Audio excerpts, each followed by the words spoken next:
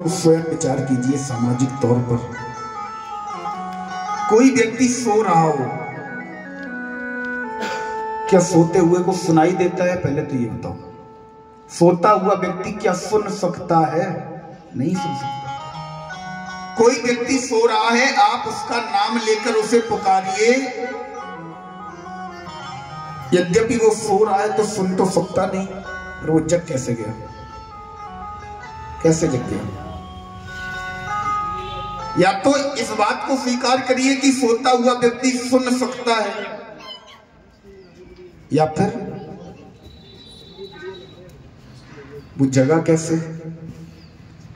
ये केवल एक साधारण सा नाम, किसी भी व्यक्ति का कुछ भी नाम हो, उस नाम का प्रभाव है कि महाराज सोते हुए व्यक्ति को जगा देता है।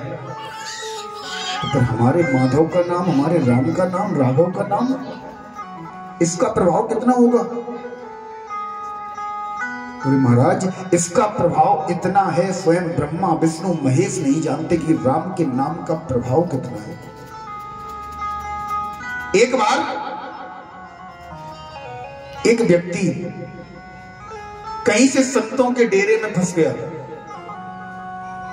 संतों के डेरे में उसने पानी मांगा तो संत भगवान ने कहा, जब तक राम राम नहीं कहोगे तो पानी नहीं मिलेगा। वो बोला, हम तो राम राम नहीं कहेंगे। संतों ने कहा, तुम्हें राम राम कहना पड़ेगा, अगर पानी पीना है तो अपनी जिह्वा से भले ही एक बार कहो, तुम राम कहो। बोला, हम नहीं कहेंगे। बहुत देर तक बहस होती रही, बहुत देर तक बहस होती रही, बहुत देर तक। इस व्यक्ति ने अपने जीवन में कभी कोई पुण्य का कार्य नहीं किया, सिवाय पापाचार, अत्याचार, दुराचार, सिवाय पापाचार किया। संत भगवान ने कहा, एक बार तो अपने मुख से राम कह दो। बोला, हम कहेंगे ही नहीं। संत भगवान ने कहा, क्या नहीं कहोगे? बोला, हम राम नहीं कहेंगे। एक बार राम का नाम इसके मुख से निकल गया। अंत समय आया, यमराज के दूत इसे लेकर यमराज के सामने पहुंचे। यमराज ने कहा चित्रगुप्त से, खोलो इसकी बही, देखें इसने क्या क्या किया। चित्रगुप्त बोले, महाराज क्या किया? सारे जीवन पापाचार किया, दुराचार किया, पाप के अलावा कुछ नहीं किया। बोले, कोई पुण्य नहीं है? बोले, हाँ एक पुण्य है। बोले, क्या? एक बार जीवन में एक संत के कहने से एक बार राम का नाम लिया। केवल एक बार? बोले, हाँ। पुण्य तो बनता है? हाँ बनता है। तो इसे पुण्य इसका दे दो। बोलो, भाई तुम्हें क्या चाहिए? तुमने एक बार राम का नाम लिया। उस व्यक्ति ने हाथ जोड़े, बोले, महाराज एक बार राम का नाम लेने से जो मिलता हो वो दे दो। यमराज बोले, नहीं ऐसे नहीं मिलेगा, तुम मांगो। बोले, हम नहीं मांगेंगे, जो मिलता हो, जो तुम्हारे यहाँ निर्धारित नियम हो वो मैं दे दो।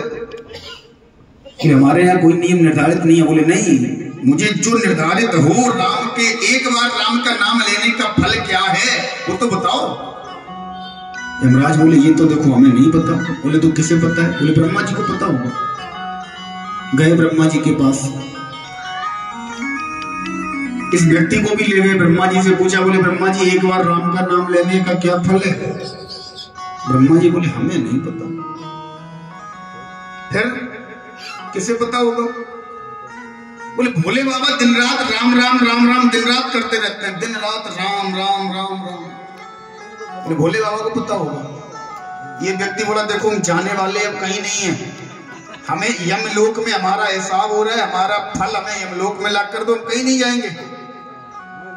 ब्रह्मा जी ने कहा, देखो इनकी बात ना सुनो, हम बुजुर्ग हैं, हमारी तरफ देखो, हमारे कहने से केवल भोले बाबा के पास तक चलो, बस तुम्हें वहीं फल मिल जाएगा। बोले, ब्रह्मा जी हम तुम्हारी बात मान के चल रहे हैं। बोले, हाँ केवल मेरी बात मान के। ब्रह्मा जी ने कहा, मेरी बात मान के भोले बाबा तक चलो बस। भोले बाबा के पास पहुंचे, भोले बाबा से हाथ जोड़ के यमराज ने पूछा। बोले, प्रभु ये बताओ, एक बार राम नाम लेने का फल क्या है? भोले बाबा बोले, देखो ये तो हमें भी नहीं पता। बोले, आपको नहीं पता? आप तो दिन रात राम राम राम राम करते रहते। बोले, हमें नहीं पता। क्यों? क्योंकि हमने कभी फल के लिए राम का नाम लिया हो, कभी हमने कामना बस राम का नाम लिया हो कि राम का नाम लेंगे तो ये हो जाएगा, तो वो निष्फल हो जाता। कभी हमने हिसाब लगाया हो कि हम राम का नाम लेंगे, हाथ में माला फेरते बोले अच्छा 108 बार राम का नाम ले लिया। बुरे कामों का आप हिसाब नहीं लगाते, अच्छे कामों का माला से गिनते हो कि हमने इतने बार राम का नाम ले लिया। अरे राम का नाम जितने बार लिख जाए। बोले बाबा बोले हमने कभी हिसाब ही नहीं लगाया, हम तो लेते रहते, हमें क्या करना। बोले तो फल आपको भी नहीं पता। बोले ना, कोई फल नहीं पता हमें। अब उस व्यक्ति ने ब्रह्मा जी की तरफ घूरा, बोले ब्रह्मा जी अब हम कहीं नहीं जाएंगे। तो भोले बाबा से पूछा ब्रह्मा जी ने, ये बताओ कौन बता सकता है। बोले स्वयं राम जी के पास चलो, उनसे ज्यादा किसे पता होगा। राम जी के पास व्यक्ति पहले से ही बोला देखो बाबा हम कहीं नहीं जाएंगे, पैर वहीं घसीटने लगा, हम कहीं नहीं जाएंगे, हमसे चला ही नहीं जा रहा, खड़ा नहीं हुआ जा रहा, तुम चलने की बात कर रहे हो। और राम जी कितनी दूर रहते हैं, अयोध्या बहुत दूर है यहाँ से, कैलाश पर्वत से बहुत दूर है अयोध्या। ब्रह्मा जी ने कहा एक काम करो, पालकी मंगवाओ। पालकी मंगाई गई, पालकी में उस व्यक्ति को बिठाया, सबसे आगे ब्रह्मा जी भोले बाबा, चार लोग उठाते हैं ना पालकी, एक तरफ ब्रह्मा जी भोले बाबा, पीछे चित्रगुप्त और यमराज लग गए। उस व्यक्ति को उठाया, पालकी में सवार करके पहुंच गए अयोध्या। हनुमान जी दरवाजे पर पहरा दे रहे हैं। बोले ओहो, हमें लगता है कोई बहुत बड़ा भक्त आ रहा है, बहुत बड़ा भक्त। दौड़कर गए राम जी के पास, बोले राम जी हमें लगता है कोई इतना बड़ा भक्त आ रहा है कि आज के बाद आप मुझे भूल जाओगे। राम जी ने कहा आने तो दो, तुम्हें कैसे पता भक्त बहुत बड़ा आ रहा है। बोले आज तक पालकी में हमें यमराज ने नहीं उठाया, वो इतना बड़ा भक्त है, उस भक्त को ब्रह्मा, महेश, यमराज और चित्रगुप्त चारों पालकी में बिठाकर ला रहे हैं। कोई बहुत बड़ा आदमी आ रहा है जिसकी पालकी स्वयं ब्रह्मा और महेश उठाए हैं, यमराज उठाए हैं। महाराज जिस समय वो व्यक्ति पहुंचा, राम जी के सामने खड़ा किया, राम जी ने पूछा इसे क्यों ले आए यहाँ। बोले महाराज ये बताओ, ये जानना चाहता है एक बार राम का नाम लेने का फल क्या मिलता है। राम जी ने कहा उस व्यक्ति से क्या जानना है। बोले महाराज यही जानना है एक बार राम का नाम लेने का फल क्या मिलता है। राम जी ने कहा क्या मूर्ख हो बिल्कुल, मेरे सामने तक आ गए, मेरे सामने खड़े हो, तुम्हारी ब्रह्मा जी भोले बाबा तुम्हारी पालकी उठाए हैं और इससे बड़ा फल तुम्हें क्या चाहिए। स्वयं परमात्मा के सामने खड़े हो।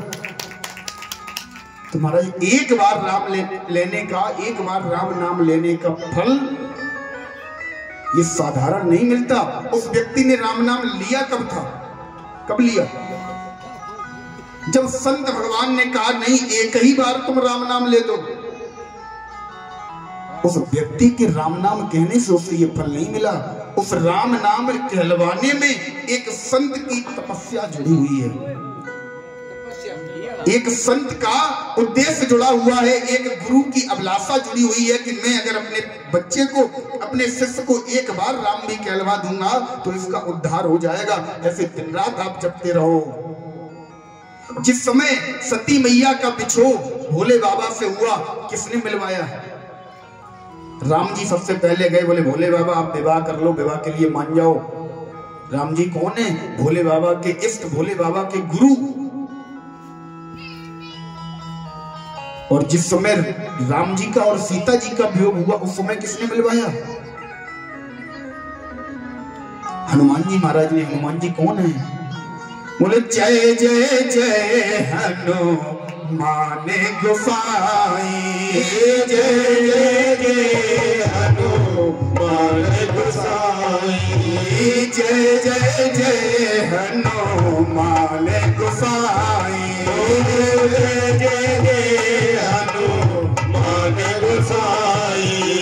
कृपा करो गुरुदेव की नाई, कृपा करो गुरुदेव की नाई, कृपा करो गुरुदेव की नाई, कृपा करो गुरुदेव की नाई।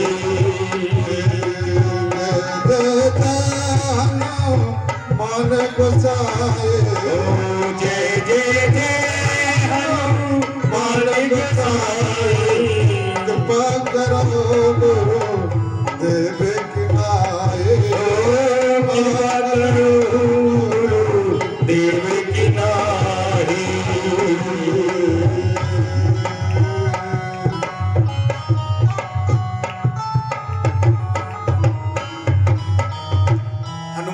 कौन है? बोले गुरु की भूमिका में है। हनुमान जी हैं कौन? बोले शंकर सोवन केसरी नंदन। शंकर सोवन, और महाराज शंकर जी का रुद्र अंश है हनुमान जी। तुलसीदास जी के अनुसार भी गुरु हैं। और भोले बाबा बोले शंकर जगत बंधु जगदीशा, शंकर जगत बंधु जगदीशा। भोले बाबा जगत गुरु है। कहने का तात्पर्य, जब राम जी से सिया जी का वियोग हुआ तो किसने मिलवाया? हनुमान जी ने, अर्थात गुरुदेव ने। जब सती और भोले बाबा का वियोग हुआ तो किसने मिलवाया? राम जी ने, अर्थात गुरुदेव ने। जब जब जीवात्मा और परमात्मा का वियोग होता है तो मिलन कौन कराता है? गुरु। बीच में एक गुरु रूपी वकील होना चाहिए। महाराज अदालत में बैठे हुए उस परमात्मा और गुनाहगार के रूप में खड़े हुए जीवात्मा के बीच में एक वकील रूपी गुरु जब तक नहीं होगा तब तक एक बार नाम लेने से ऐसे ही किसी को परमात्मा प्राप्त नहीं हो जाते। गुरु होना चाहिए। गुरु का तात्पर्य क्या है? गुरु का आशय क्या है? अस्तो मां ज्योतिर्गमय, बोले जो ज्योति की तरफ ले जाए, प्रकाश की तरफ ले जाए। गुरु को माने अंधकार, वो माने प्रकाश। जो अंधकार से प्रकाश की तरफ ले जाए उसे गुरु कहते हैं। लेकिन आज का समय कलयुग है महाराज। ब्रजमंडल में एक कहावत बहुत प्रसिद्ध है, गुरु किसे करना चाहिए? कुछ लोग कहते हैं गुरु करो जानकर, पानी पियो छानकर। ये कहावत सही है क्या? गुरु करो जानकर, पानी पियो छानकर। हम पानी में 2 बूंद पॉइजन मिला दें, आप 50 बार छान लेना, पी लो। पानी में 2 बूंद हम जहर की घोल दें, आप 50 बार नहीं 1000 बार छान लेना, पी जाओ। पानी को जानो, पानी को जानो कि पानी में है क्या। कहावत बिल्कुल उल्टी होनी चाहिए। पानी पियो जानकर, गुरु करो छानकर। बोले गुरु को कैसे छाने? गुरु को छानने का अर्थ, ऐसा कोई व्यक्ति नहीं है उस परमात्मा के अलावा जिसमें कोई दोष ना हो। समर्थ केवल वो परमात्मा है, उस परमात्मा के अलावा कोई समर्थ है ही नहीं। प्रत्येक व्यक्ति में कोई ना कोई दोष है। बोले फिर गुरु को छानने का मतलब? बोले गुरु के दोषों को छानकर अलग कर दो। गुरु के दोषों पर मत देखो, उससे जो तुम्हें कार्य की वस्तु मिले उसे ग्रहण करो, ऐसे गुरु को छानना है। लेकिन महाराज सावधान रहना, आज समय कलयुग का है। कलयुग में क्या है? पूज्यपाद राजेश्वरानंद जी महाराज कहते थे हास्य में, बोले गलने गलने में गुरु फिरे। आज का समय वो है, गलने गलने में गुरु फिरे, तुम हमसे दीक्षा ले हो, और स्वर्ग जाओ चाहे नरक जाओ बस हमें दक्षिणा दो। ऐसे भी गुरु हैं। तुम चाहे स्वर्ग जाओ चाहे नरक जाओ, वो तुम्हारा उद्धार करने वाले नहीं है। उन्हें तो केवल अपनी दक्षिणा से मतलब है। तुम मरो जियो तुम जानो, तुम्हारा काम जाने। तो गुरु छान कर करो, ऐसा गुरु हो जो तुम्हें अंधकार से प्रकाश की तरफ ले जा सके, जो तुम्हें मोड़ सके, ऐसा गुरु होना चाहिए। बोले महाराज भोले बाबा मैया पार्वती को कथा सुना रहे हैं। मैया पार्वती से कहते हैं, पार्वती स्वाम्भो मनु अरुसत रूपा। स्वाम्भो मनु, ब्रह्मा जी की संतान मनु जी महाराज, और शत्रुपा, और शत्रुपा मैया। ब्रह्मा जी के एक भाग से मनु जी महाराज का प्रादुर्भाव हुआ, एक भाग से शत्रुपा मैया का प्रादुर्भाव हुआ। इनसे ही जिनते भई नर सृष्टि अनूपा, जिनके द्वारा महाराज पूरी सृष्टि की रचना की गई है। यही मनु और शत्रुपा एक बार परमात्मा का तप करने के लिए अपने घर से निकले।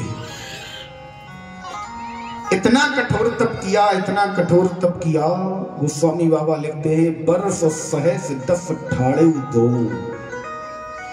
10,000 वर्षों तक ये दोनों खड़े होकर परमात्मा की तपस्या कर रहे हैं। और जिस समय तपस्या कर रहे हैं, एक बहुत बड़ी शंका आप लोगों की समाधान कर दूं। कितने लोगों का मानना है राम जी विष्णु भगवान के अवतार हैं? कितने लोग मानते हैं? और अच्छा, चलिए शंका का समाधान कर देते हैं। हम बताते हैं राम जी किसके अवतार हैं। जिस समय मनु और महाराज शत्रुपा मैया तपस्या कर रहे थे, उस समय क्या हुआ? 10,000 वर्षों तक खड़े खड़े तपस्या कर रहे हैं, द्वादशाक्षर मंत्र का जाप कर रहे हैं, ओम नमो भगवते वासुदेवाय। गोस्वामी बाबा लिखते हैं बोले बेदी हरि हरे आए बहु बारा, बेदी रामचरितमानस लगभग सब लोगों ने पढ़ी होगी। बालकांड का 144 नंबर दुए के बाद तुरंत दूसरी चौपाई लिखी है। जिसके घर पर रखी हो आज ही जाकर देखना, कहीं हम झूठ तो नहीं बोल रहे। जिस समय मनु महाराज और शत्रुपा मैया तपस्या कर रहे थे, उस समय ये 3 व्यक्ति कौन? विधि माने क्या होता है महाराज? विधि माने ब्रह्मा। विधि हरि हर तप देखे अपारा। विधि माने ब्रह्मा, हरि माने विष्णु और हर माने बोले हर हर महादेव। हर माने बोले बाबा। ये तीनों व्यक्ति बार बार आए, बार बार मनु महाराज के पास, शत्रुपा मैया के पास आए और एक ही बात कह रहे हैं बार बार, मांगो मांगो वर, हमसे वरदान मांगो। लेकिन मनु महाराज शत्रुपा मैया परमो धीर नहीं चलही चलाए। परम धीर है, मन में धीरज है, तसल्ली है, इनकी आवाज से कोई फर्क ही नहीं पड़ा। ब्रह्मा विष्णु महेश की आवाज से कोई फर्क नहीं पड़ा। बोले फिर इनके ऊपर भी कोई है क्या जिसके लिए तपस्या कर रहे? बोले हाँ। कौन है?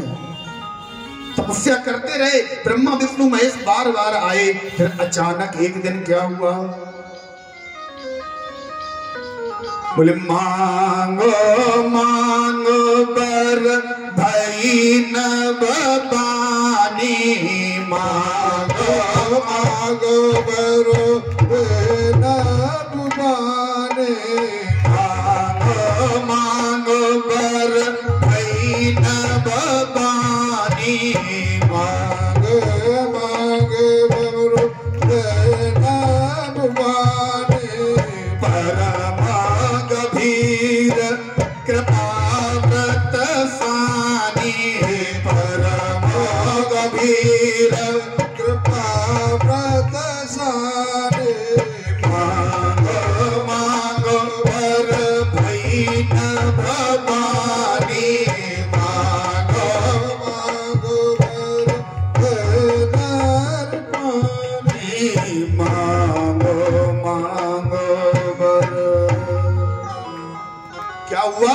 एक आवाज आई, नववाणी माने आकाश से एक आवाज आई, मांगो मांगो वर, हमसे वरदान मांगो। ये आवाज कैसी थी? बोले परमो गंभीर, एक गंभीर सी आवाज। और ये आवाज ऐसी थी, बोले कृपा मृत सानी, मानो कृपा के अमृत में सनी हुई, लिसी हुई पूरी ओत-प्रोत आवाज चली आ रही। जैसे ये आवाज, बोले मृतक जियावन, ऐसी आवाज थी जो बोले महाराज मृतक जियावन, मरे हुए को भी जिंदा कर दे, ऐसी आवाज। मृतक जियावन गिरा सुहाई, श्रवण रंध्र नभते और आई। ये आवाज जो नभ से आ रही थी, बोले श्रवण रंध्र, कानों के रंध्रों से होते हुए जैसे ही उर माने हृदय में आई, तुरंत क्या हुआ? 10,000 वर्षों तक बिना खाए पिए जो व्यक्ति खड़े हुए थे, मनु महाराज और शत्रुपा मैया जो कठोर तप कर रहे थे, तुरंत क्या हुआ? हस्त पोस्ट तन गिरा सुहाए, हस्त पोस्ट तन गिरा सुहाए, हस्त पोस्ट तन गिरा सुहाए, हस्त पोस्ट सुध गिरा सुहाए। मानो अवनि भवन ते आए, मानो अवनि भवन ते आए, हस्त पोस्ट तन भय सुहाए, हस्त पोस्ट तन भय सुहाए। मानो अवनि भवन ते आए, मानो अवनि भवन ते आए। जय शिव शंकर जय भोला, जय शिव शंकर जय भोला। हस्त पोस्ट तन गिरा सुहाए, हस्त पोस्ट तन गिरा सुहाए। मानो अवनि भवन ते आए, मानो अवनि भवन ते आए। हस्त पोस्ट तन गिरा सुहाए, हस्त पोस्ट तन गिरा सुहाए। मानो भवन रे जैसे वो आवाज श्रवण रंध्र नभते और आई, जैसे ही वो आवाज हृदय में प्रवेश गई तो महाराज इनका शरीर, इनकी देह एकदम हष्ट पुष्ट हो गई।